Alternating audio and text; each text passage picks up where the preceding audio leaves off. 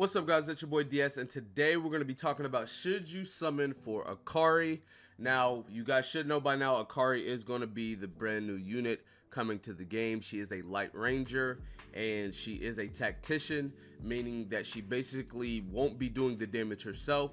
She more so is helping the team win the match instead of someone like Notia, who does the damage herself. So, she is the brand new hero coming.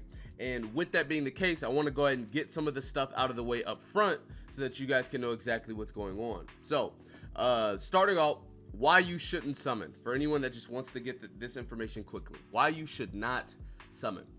She looks like she is more so for PvP opposed to PvE. In the fact that she applies unbuffable, she applies defense break, and all of these things. Now, that's not to say that she's not usable in the brand new raids, because if you guys remember, we got a whole bunch of new gear sets, and with us getting a whole bunch of new gear sets, it is for light units and dark units, or it's light and dark raids. So the only reason I say that you shouldn't summon for her is if you don't like what she looks like, you don't like her kit, or something to that effect, you don't like her, or you literally don't care about PvP. Like, those are really the only two reasons you should not summon, because I think that she is overall a great character to have for an account, and she seems like she's going to be very, very good in multiple areas, mainly being PvP, but also probably being in the new gear raids as well. So if you guys don't like PvP or you don't like her, you guys don't have to summon. But moving on to her skills, just going over what she does and everything like that, so that you guys can get a better understanding or idea of what you're going to be summoning for. I'm telling you up front, she's so good, such a good character in my opinion. I'm excited for her, man. Attacks an enemy and has a 70% chance to inflict reduced attack on the target for 2 turns. Her S1 is really, really good in my opinion. Just in the sense of, like, her kit is already overloaded. Let's be realistic. She has a lot of stuff in her kit, so her S1 not doing that much is really nice, because you don't want a character that everything is broken about them or everything's overloaded. You don't even have to put any skill increases into her S1, honestly. I'm not going to. I'm just going to keep it where it is, matter of fact. But anyways, S1, overall, you know, just whatever. The main point of the character is S2, S3, so, you know, that's whatever. Moving on to her S2. Attacks all enemies. After attacking, has a 100% chance to increase the duration of debuffs on the enemy by 1 turn. Then inflicts reduced resilience on targets without debuffs for 2 turns. Now, this is so good because her S3 is going to debuff quite a lot, along with, you know, her burst and everything like that. So this is going to increase the debuff durations, which is going to keep them debuffed. And then for any of those healers or whoever that, you know, has, you know, didn't get debuffed, or maybe they took a turn or cleansed or whatever, you can reduce their resilience because they don't have debuffs on them. So this is just all really, really nice. Moving on to the burst, as you see right here.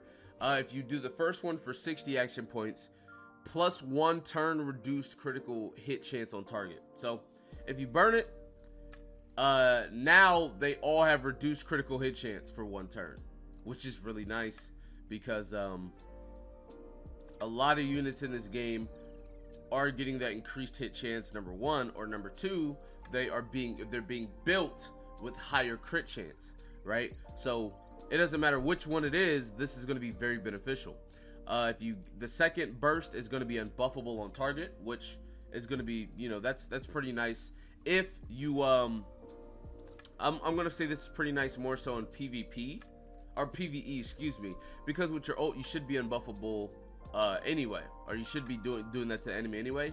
And then with the third one, changes skill effect order, meaning that you unbuffable, decrease critical hit chance, and then you increase the buffs. So like I said, I feel like this is all PvE-esque, simply because, like, who's gonna have 120 skill points in PvP? I don't know. So I mean, still overall really nice. I think this is all a very cohesive ability, very nice. And she's all AoE, by the way, so she's hitting all enemies. She's doing this to all enemies. Then her S3. Attacks all enemies, has a 100% chance to inflict unbuffable and reduce defense on all enemies for 2 turns. 100% chance to avoid triggering enemies' counterattack, revenge, and agile response. This is the very big part of her kit because she's an opener. She's a ranger, meaning she's the fastest unit in the game, so you can build her to go first. She will unbuffable everybody and defense down everybody. And the thing about this is, you can't counterattack her. D-Stella can't use revenge. Tio cannot use agile response. So you can't cleanse it or anything. This is all going to land 100. Obviously, if you dodge, right, evasion, then sure. But outside of evasion, this is going to land, or if you resist with resilience. But yeah, those are the only 2 ways to deal with this. You have to dodge, or you have to resist it. And it's like, this is just like very crippling, very overwhelming ability. You guys can see why I'm talking so much about her being for PvP.